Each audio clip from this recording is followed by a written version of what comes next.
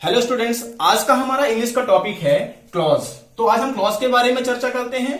सबसे पहले हम जानते हैं क्लॉज की डेफिनेशन क्या होती है, ठीक है ना। तो a group of words that has subject and verb is called clause, ठीक है ना। शब्दों का ऐसा समूह जिसके पास अपना खुद का सब्जेक्ट व वर्ब होती है वही क्लॉज या उपवाक्य कहलाते हैं, ठीक है ना। क्लॉज क्लॉज को एक सेंटेंस ही है, ध्यान रखिएगा, ठीक है ना। कोई अलग से कोई ऐसा सेंटेंस नहीं है, यही सेंटेंस जो अपन पढ़ते हैं उसी को क्लॉज कहा जाता है, ठीक। एग्जांपल देखते हैं, आई सॉ अ पीकॉक, ठीक है ना। आई सॉ अ पीकॉक हमने एग्जांपल आपके सामने दिया है, इसको ध्यान समझिएगा। ये वही सेंटेंस है जो आप लोगों ने टेंस वाइज इसमें अपन पढ़ते रहते हैं अक्सर, ठीक है ना। आई सॉ अ पीकॉक, ठीक है ना, मैंने एक पीकॉक देखा, ठीक है ना। तो अब सेंटेंस ही क्लॉज कहलाता है, ध्यान समझिएगा, कोई अलग से चीज नहीं है। अब अपन चलते हैं टाइप्स ऑफ क्लॉज के बारे में पढ़ते हैं, ठीक है ना। तो क्लॉज के कितने टाइप्स होते हैं? क्लॉज मूलतः 3 प्रकार के होते हैं, ठीक है ना। 3 टाइप्स होते हैं। प्रिंसिपल क्लॉज, जिसे अपन मेन क्लॉज भी कहते हैं, दूसरा कोऑर्डिनेट क्लॉज और तीसरा सबऑर्डिनेट क्लॉज, ठीक है ना। तो एक चीज हम आपको यहीं पर बता देना चाह रहे हैं कि ये जो दोनों क्लॉज होते हैं, ठीक है ना, ये कहलाते हैं आपके इंडिपेंडेंट क्लॉज, ठीक। क्या कहलाते हैं? इंडिपेंडेंट क्लॉज कहलाते हैं। और ये जो आपका सबऑर्डिनेट क्लॉज होता है वो कहलाता है डिपेंडेंट क्लॉज। कौन सा क्लॉज? डिपेंडेंट क्लॉज, ठीक। अब इंडिपेंडेंट और डिपेंडेंट क्या है इसके बारे में अपन जानते हैं, ठीक है ना। तो चलिए समझते हैं डिपेंडेंट और इंडिपेंडेंट के बारे में अपन। इंडिपेंडेंट का मतलब होता है, देखिए,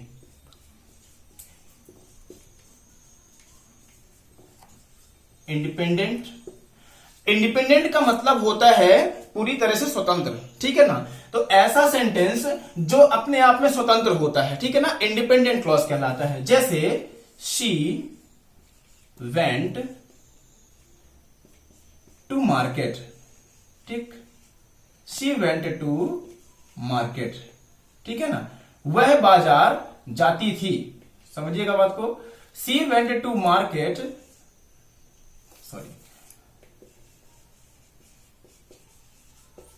सी वेंट टू मार्केट, वह बाजार जाती थी। ये इंडिपेंडेंट है, क्यों? तो क्योंकि इसके पास अपना खुद का सब्जेक्ट है और खुद की वर्ब है। ध्यान से देखिएगा, ठीक है ना। सी वेंट टू मार्केट, वह बाजार जाती थी। और हमने बताया है कि ऐसा समूह शब्दों का जिसके पास अपना खुद का वर्ब और खुद का सब्जेक्ट होता है वही क्या कहलाता है? इंडिपेंडेंट क्लॉज, ठीक है ना। अब इसके बाद चलते हैं अपन डिपेंडेंट क्लॉज में। तो एक बार फिर से हम आपको बता दें, ये जो आपके प्रिंसिपल क्लॉज होते हैं और ये आपका जो क्या कहते हैं इसको, कोऑर्डिनेट क्लॉज, ये दोनों आपके इंडिपेंडेंट क्लॉज में आते हैं, ठीक। प्रिंसिपल क्लॉज जिसे मेन क्लॉज भी कहा जाता है और कोऑर्डिनेट क्लॉज ये आपका इंडिपेंडेंट क्लॉज कहलाते हैं। और जो हमने आपको 3rd नंबर में लिखवाया था सबऑर्डिनेट क्लॉज, तो सबऑर्डिनेट क्लॉज का होते हैं डिपेंडेंट क्लॉज कहलाता है, ठीक। तो हम आपको एक चीज बता दें यहां पर कि ये तो ऑलरेडी पहले, अब थोड़ा सा एक एग्जांपल आपको बताते हैं। जैसे सी वेंट टू मार्केट, ये आपका हुआ कौन सा? आपके प्रिंसिपल क्लॉज का एग्जांपल। अब एक एग्जांपल हम और लेते हैं, मान लीजिए यहां पर सी बॉट सम बुक्स, ठीक है ना। सी बॉट सम बुक्स, ठीक है ना, वह बाजार जाती थी और कोई कुछ किताबें खरीदती थी, ठीक है ना। तो अब ये दोनों सेंटेंस अलग अलग है अभी। प्रिंसिपल क्लॉज, ठीक है ना, ये भी प्रिंसिपल क्लॉज। यदि अगर हम दोनों सेंटेंसेस को एक साथ ऐड कर दें तो ये क्या बन जाएगा? कोऑर्डिनेट क्लॉज बन जाएगा, ठीक है ना। देखिए जैसे she went to market and bought some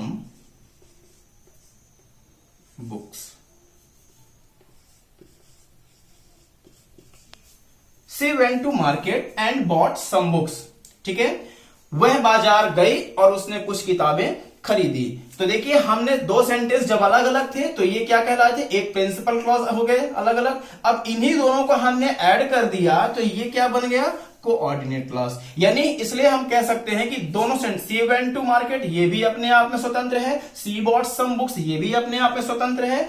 तो जब दोनों को हमने ऐड कर दिया तो एक साथ एंड लगा करके तो ये क्या बन गया, कोऑर्डिनेट क्लॉज। इसका मतलब चाहे आप प्रिंसिपल क्लॉज लें या अपन चाहे कोऑर्डिनेट क्लॉज लें, ये दोनों क्लॉज क्या कहलाते हैं, इंडिपेंडेंट होते हैं, ठीक है ना, इंडिपेंडेंट क्लॉज कहलाते हैं। चलिए तो हम आपको एक चीज बता दें, जो क्लॉज इंडिपेंडेंट होते हैं उनको पढ़ने की जरूरत नहीं है, अपन डिपेंडेंट क्लॉज को पढ़ते हैं, क्योंकि हमारे जो एग्जाम्स में क्वेश्चन आते हैं वो हमेशा किससे, डिपेंडेंट क्लॉज से बनते हैं। ठीक, तो चलिए डिपेंडेंट क्लॉज को पढ़ते हैं। सबसे पहले डिपेंडेंट क्लॉज कितने प्रकार के होते हैं ये देखते हैं।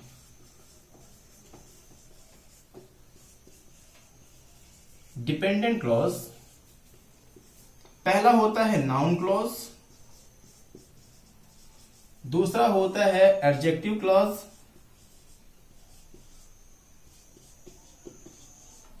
और थर्ड होता है आपका एडवर्ब क्लॉज। ठीक, एडवर्ब क्लॉज। चलिए तो ये तीन क्लॉज होते हैं, noun clause, adjective clause, adverb clause, ठीक है ना। तो सबसे पहले अपन इस पार्ट में नाउन क्लॉज के बारे में पढ़ते हैं, अगले पार्ट में हम आपसे चर्चा करेंगे एडजेक्टिव क्लॉज के बारे में, फिर उसके बाद लास्ट में हम अपन एडवर्ब क्लॉज के बारे में 1 by 1 पढ़ते हैं, ठीक है ना। तो चलिए देखते हैं नाउन क्लॉज क्या होते हैं।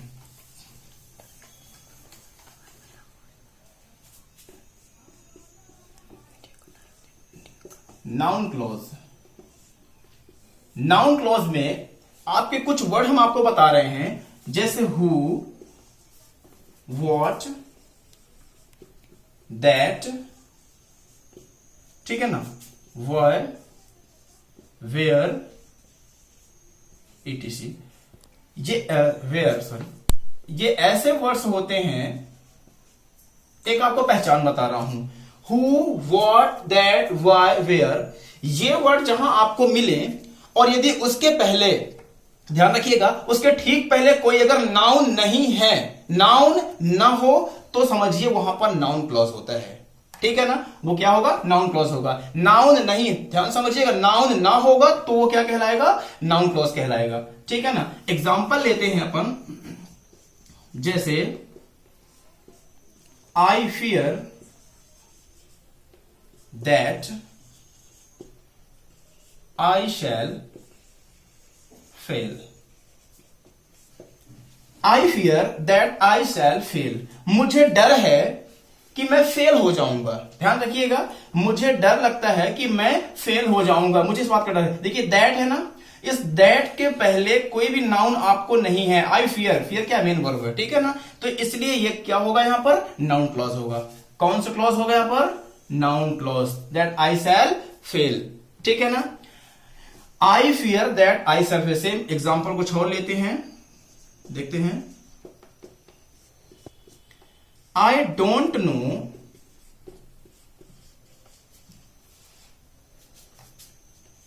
Where, I don't know where you live. I don't know where you live, मुझे नहीं पता तुम कहां रहते हो। ध्यान रखिएगा, I don't know where you live, ये वेयर, इसके पहले देखिए कहीं आपको नाउन है, नहीं दिख रही ना। अगर नाउन नहीं दिख रही है, इसका मतलब ये कौन सा क्लॉज होगा, ये नाउन क्लॉज होगा आपका, ठीक। तो ऐसे सेंटेंसेस हमने आपको बताया। एग्जांपल लेते हैं,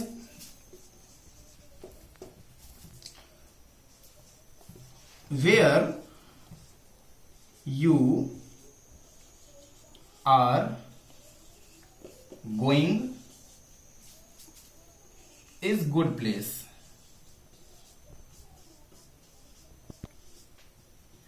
Where you are going is good place. तुम जहां जा रहे हो, एक बात ध्यान रखिएगा, यहां जो वेयर वर्ड है, ध्यान रखिएगा, ये आपके जहां का रोल निभा रहे हैं, ठीक है ना।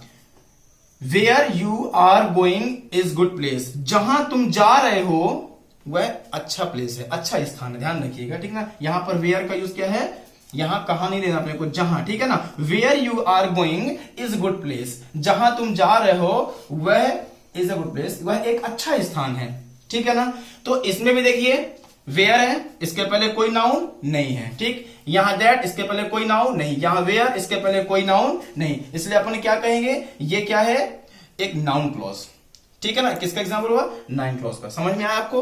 तो इसके बाद एक एग्जाम्पल और लेते हैं, आपको डिटेल में समझाते हैं, ठीक है। Example, I don't no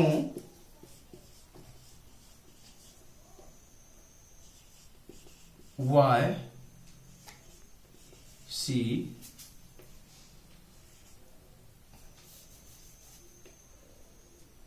why you do it। I don't know why you do it। मुझे नहीं पता तुम यह क्यों करते हो, ठीक है, तुम ऐसा क्यों करते हो, मुझे नहीं पता, ठीक है ना, तुम ऐसा क्यों करते हो। यहां भी देखिए ये why है ना, इसके पहले क्या है, ध्यान समझिएगा, ये वर्ब है, ध्यान रखिए। नो मतलब पता होना या जानना, यहां पर कोई नाउन नहीं आ रही है, ठीक है ना। तो ऐसे वर्ड्स हमने आपको बताए कि जो नाउन का जिसके पहले अगर नाउन वर्ड है तो समझिए वो नाउन क्लॉज होगा, और अगर नहीं है तो समझ लिए वो नाउन क्लॉज है, ठीक है ना। अगर नाउन वर्ड आया यहां, जैसे मान लीजिए कोई बॉय गर्ल ऐसा कुछ सेंटेंस आया, जैसे आई सॉ गर्ल, ठीक है ना, हु मेट मी यस्टरडे, तो मैंने वो एक लड़की देखी जो मुझे कल मिली थी। तो ध्यान समझिएगा, अगर वहां पर गर्ल बॉय कुछ ऐसा अगर कोई भी नाउन आए, नाउन अपन पहचानते हैं, नाउन क्या होते हैं, ऐसी वस्तु जिन्हें हम छू सकते हैं, जिन्हें देख सकते हैं, जिन्हें फील कर सकते हैं, वो क्या कहलाती हैं, नाउन कहलाती हैं। तो अगर नाउन यहां पर नहीं आ रहा है तो समझिए कि वो कौन सा क्लॉज होगा, वो नाउन क्लॉज होगा, और अगर नाउन आया तो फिर वो नाउन क्लॉज नहीं होगा, ठीक है ना। चलिए इसके बारे में हम आपको नेक्स्ट एडजेक्टिव क्लॉज के बारे में अगले वीडियो में चर्चा करेंगे, ठीक है ना। इसको ध्यान से समझने का प्रयास करिए, कुछ वर्ड हमने बताए हैं, इनके पहले ये आपको नाउन देखना है, ठीक है ना। चलिए उम्मीद करता हूं आपका वीडियो पसंद आया होगा हमारा। अगर पसंद आया तो लाइक करिए, सब्सक्राइब करिए। Okay, thank you.